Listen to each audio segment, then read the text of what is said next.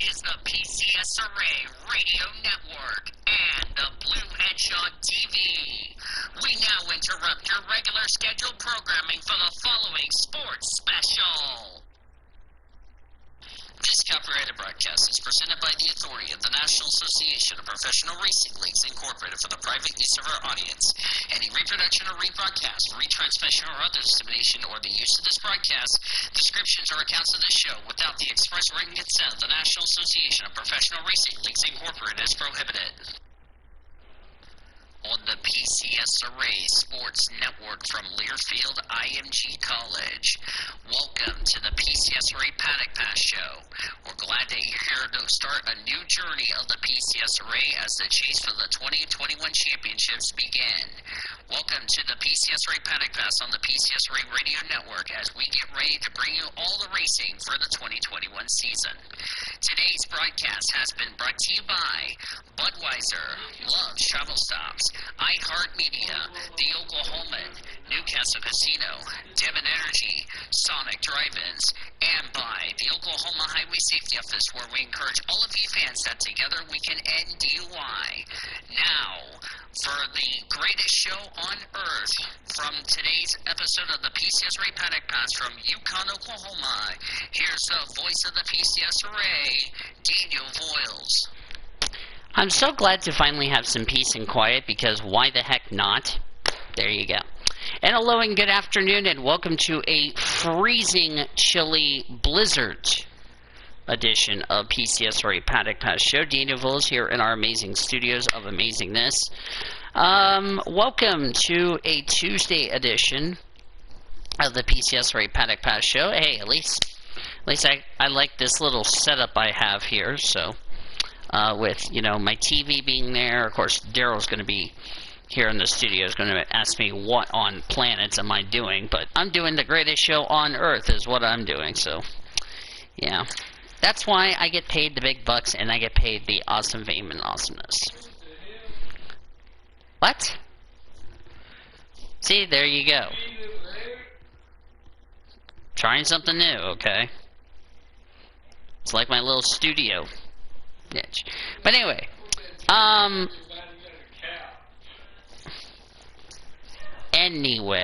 that was a little randomness. There will not be any panelists for this episode today, because I feel like, with the fact that,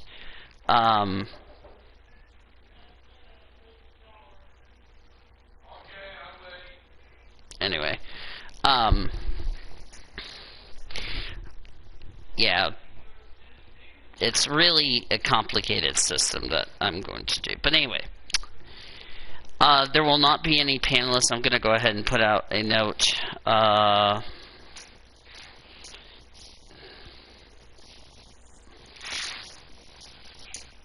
Yeah, let me remind the group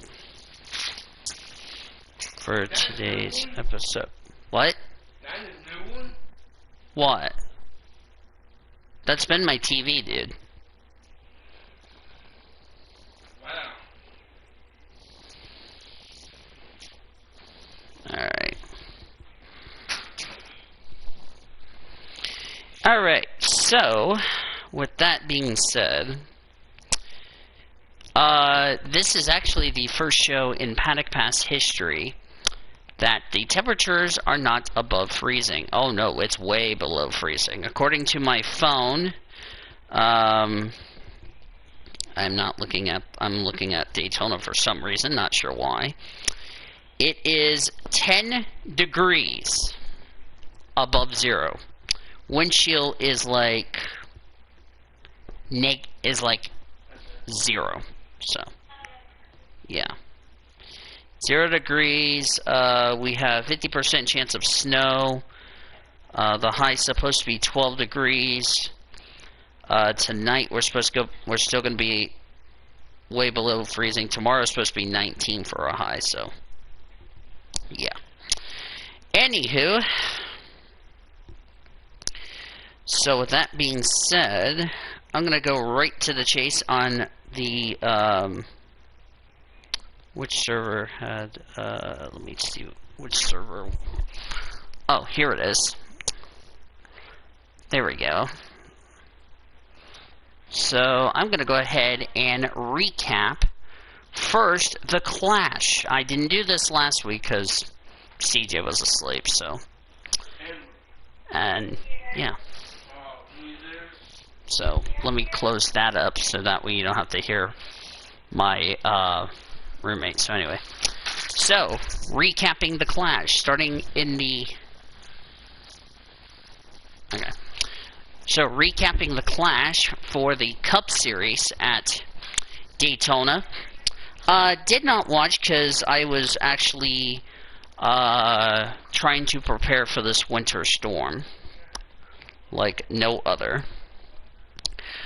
What Jayski said, there was debris caution on lap 9. It was actually incorrect. There was a lot of dust where it was visibility that drivers could not see. And it was not debris, so that was a phantom debris caution. Then we had a competition yellow, as far as that was concerned.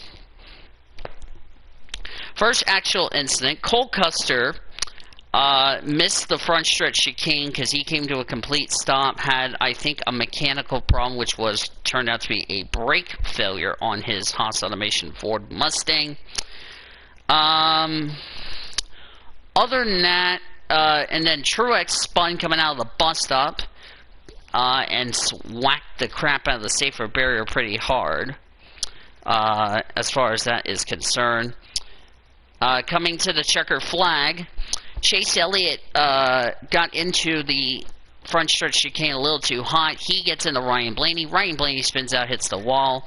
Kyle Busch goes on by, and Kyle Busch goes on to win the Clash here at Daytona. So the top 10 results for the Clash. Kyle Busch, the winner. First time he's won the Clash not on the oval, I'd like to point out. I also like to note that this is the fewest amount of cars that DNF'd out of the Clash, which is pretty impressive if you ask me. So Kyle Busch won, Chase Elliott second, Joey Logano third, Tyler Reddick fourth, William Byron fifth, Denny Hamlin sixth, Alex Bowman seventh, Eric Jones finished eighth, Ricky Stenhouse Jr. ninth, and Matt Benedetto completed the top 10. Eric Jones making his debut with the King Richard Petty, their 43 car team. Some other notables I need to mention. Ty Dillon raced the 23 in a one-race deal because he needed a ride to get in, needed a ride for the Clash, and he got it. So good for him. And yeah, it was a I gave it a 4 because the road course really sucked as far as I'm concerned, as far as that's concerned. So, yeah. Then we go to our points-paying races. Ty Dillon, by the way, failed to qualify, which people were not entirely surprised. Yeah. I just told the panelists no,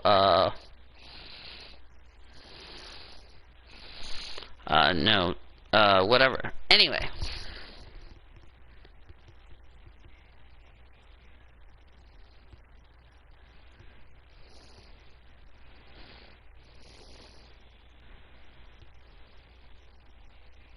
Let me tell them also, so. Alright. Then we go to the Truck Series race to start our points paying races. Now we're going to recap Daytona. Did not watch the truck race, because of the fact I really didn't care about it. So, yeah. I need a pillow out here so I can just camp out here. This could be my niche. But I haven't decided yet, so, yeah. But, anyway.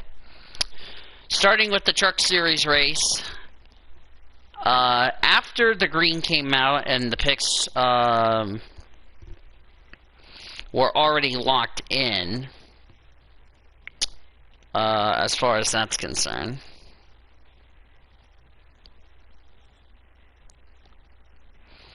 As people are not even coming in. I don't know what the hell's going on. But anyway, So the first incident happened right after the green flag wave.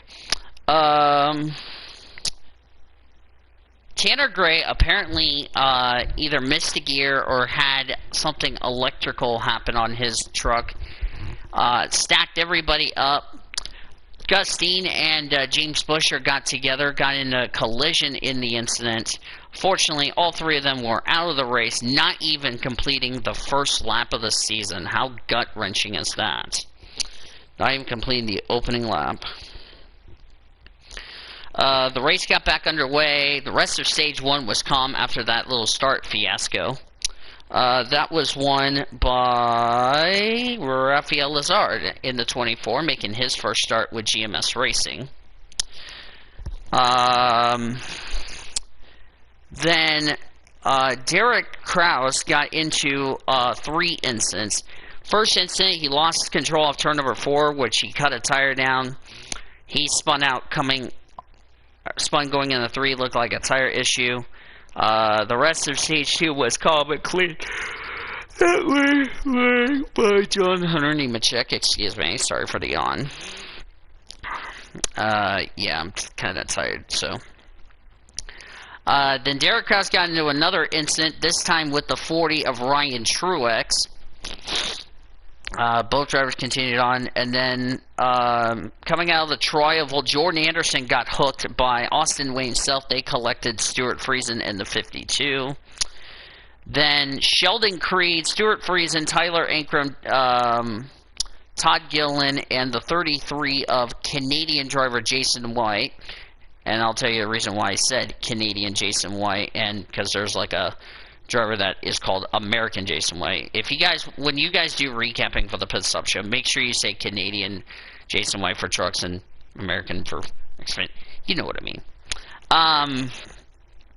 Got into an incident on the front straightaway. Then Todd Gillen got into another incident, this time with Matt Crafton, the 12 of, do not help me, I can find it, Tate Fogelman. Got Stuart Friesen, Brett Moffitt, and John Hunter Nemechek involved. Then, I don't know what NASCAR's problem is with the damn Speedy Dry, but it caught Hailie Deegan off guard, in which Hailie Deegan spun, hit the inside wall. She continued on. Then she cussed at the NASCAR officials for putting too much Speedy Dry on the track, which NASCAR don't give a crap about how much Speedy Dry they put. They just want to put as many on it as they can, so they make sure trucks lose control or cars lose control, if you ask me. Then the big one struck. Timothy Peters got together with somebody, caused a big wreck, got John Hunter Nemechek, Drew Dollar, Tyler Ankrum, the 24 that was driven by Rafael Lazard, who won Stage 1, Austin Hill, Johnny Sauter, Tate Fogelman, Brian Dozit, and the 42 of Carson Hocevar, which ended up being a green-white checker. And when it was all said and done, Ben Rhodes went on to win the race. We had a big wreck coming at the checker flag. Tore up a lot of trucks at the end of the race. So the top 10 results for the Truck Series race was the following. Ben Rhodes won, Jordan Anderson second. Jordan Anderson, by the way, missed the Xfinity race because qualifying was rained out, so the lineup was set by the rule book, so there you go. Corey Roper third, Ryan Truex fourth, Carson Hocevar fifth, Sheldon Creed sixth, John Hunter Nemechek seventh, Cody Robar eighth, Chandler Smith ninth, and Drew Dollar complete the top 10. Drew Dollar, by the way, in his first start of the season.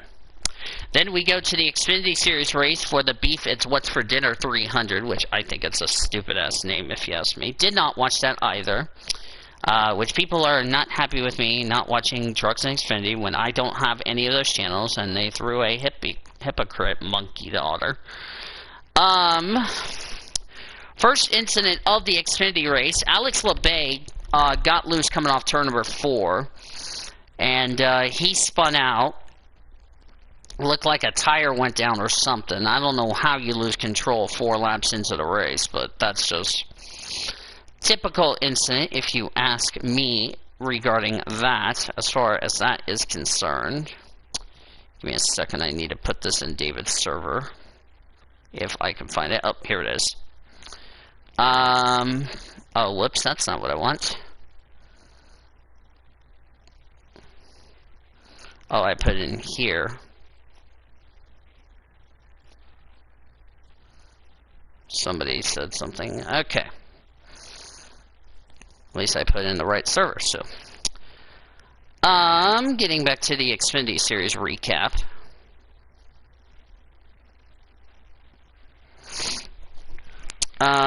Then Josh Williams in the 92 had a mechanical failure.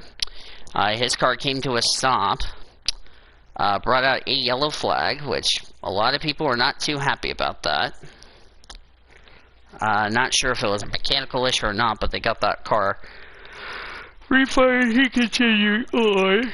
And then he was involved in an incident coming off turn 4, which he cut a tire down, which he caused 2 incidents.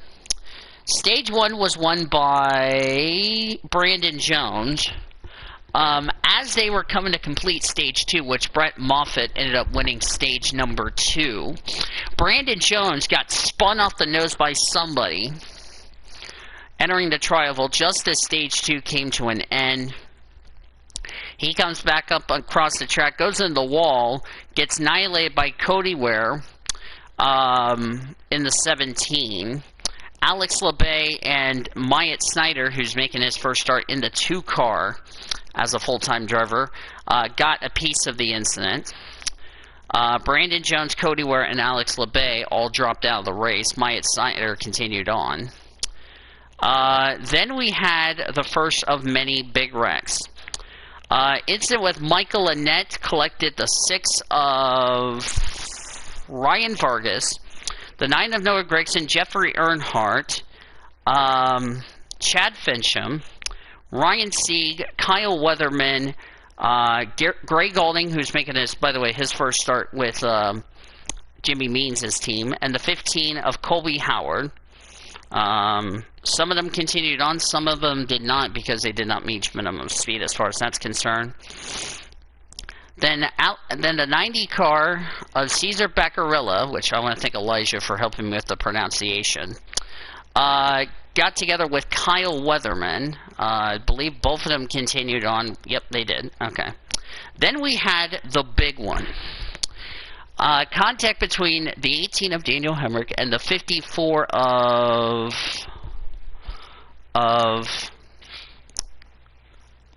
Ty Dillon, Daniel Hemrick got together. They got involved. Everybody kept blaming Daniel Hemrick when actually it was the air off.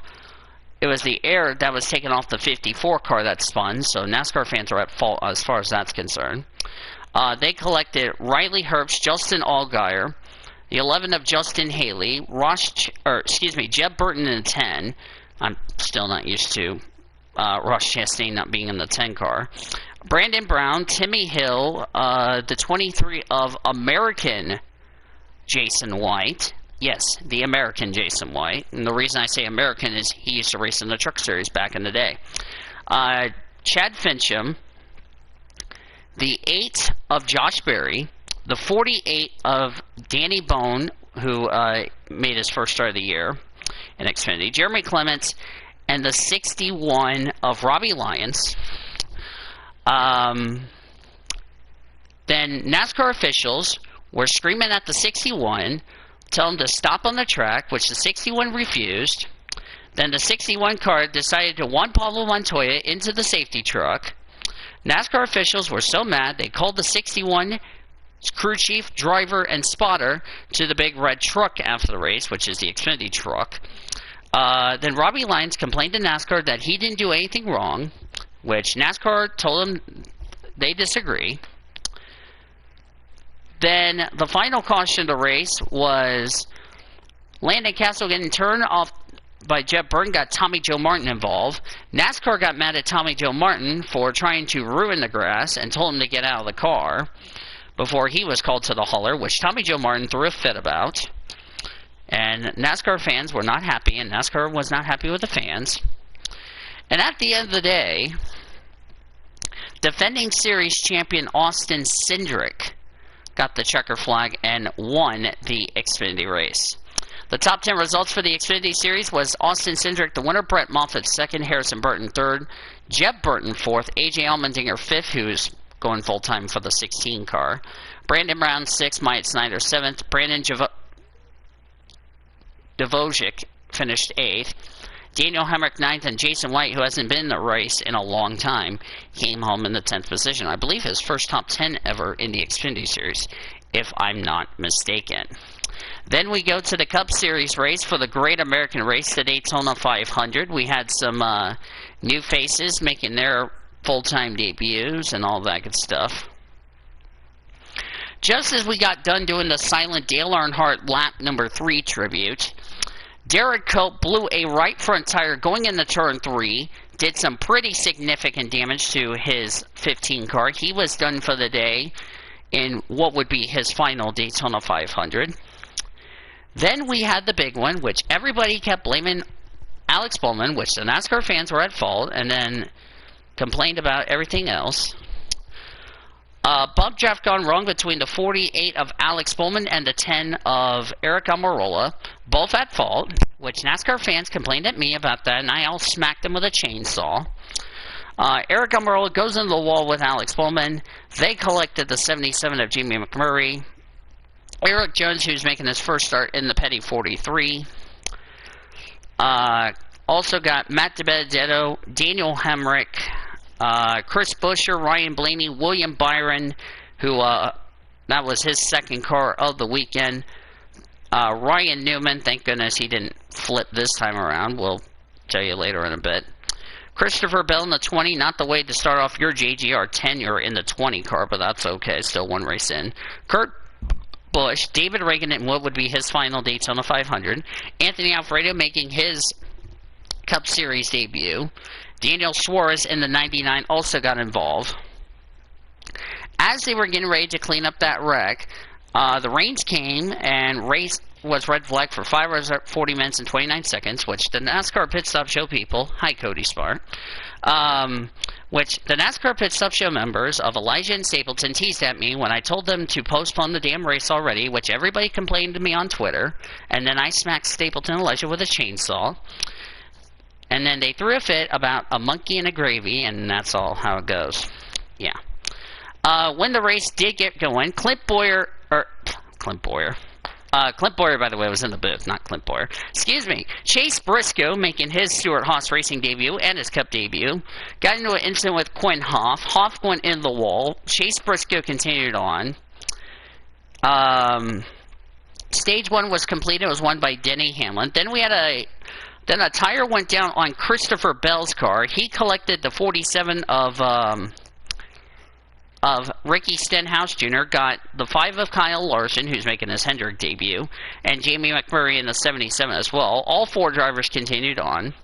Rest of Stage 2 was calm and clean. That was won by Denny Hamlin. And then nobody made a damn move until the white flag lap, which nobody saw this coming. Yeah. Coming to the back straightaway, going in the 3, Michael McDowell gave Brad Keselowski a big of a shot, too big of enough, which he turned his teammate Joey Logano, collected, which Brad Keselowski hits the wall, gets annihilated by Kyle Busch, which the rear of his car was in the air, he could have flipped. Collected Ryan Preece, collected Ross Chastain, Kyle Larson got turned by Denny Hamlin, as far as that's concerned. Bubba Wallace in the 23 and the 33 of Austin Cindric, who had a big hit in the wall, as far as that is concerned. And when the checker flag came out, they went back to the loop. Michael McDowell upsets the fans and wins the Daytona 500. So the top 10 results for the Cup race was the following. Michael McDowell, the winner, Chase Elliott second, Austin Dillon third, Kevin Harvick fourth, Denny Hamlin 5th, Ryan Preece, the open car 6th, Ross Chastain 7th, Jamie McMurray 8th, Corey LaJoie finished 9th, and Kyle Larson completes the top 10. For those of you in the chat, I can't wait to tell you, I want to hear your thoughts on the whole situation, so. Yeah. My thoughts. I felt like NASCAR did a pretty poor job at possibly postponing the race. And I feel like they didn't do a good job enough to slow the cars down at Daytona, because what is it every time we go to Daytona for the first race of the season, all of a sudden we have a goddamn almost near flip? You see my point? We almost had a couple of drivers flip over in the 500. Trucks I didn't watch, Xfinity I didn't watch, so yeah, that's just it. So if I had to rate, I'm going to rate the truck race since I didn't watch it. I only watched the highlights. I didn't watch the entire race. The truck race, I'm going to give it a 6. Just because, like Mark said,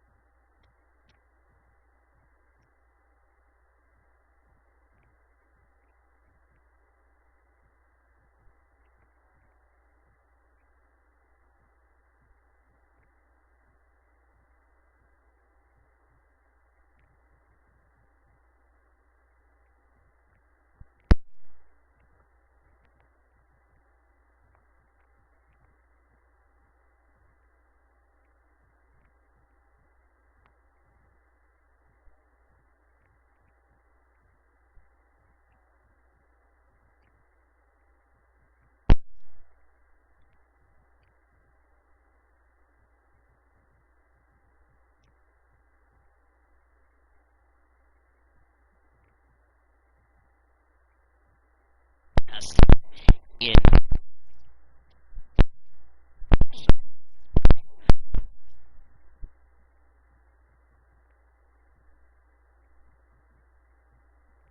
see the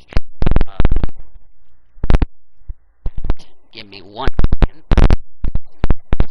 I will graciously say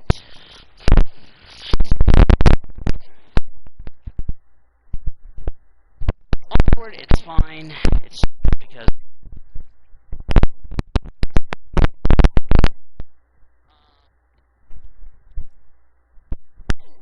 and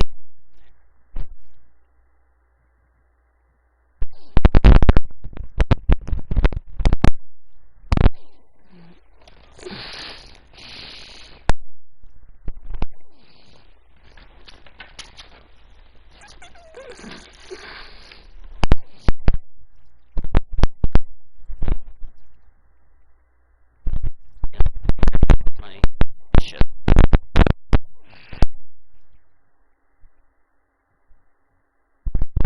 meditation.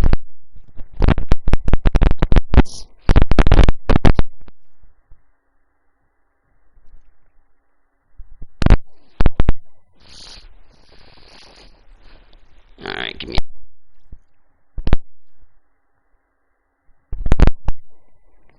All right.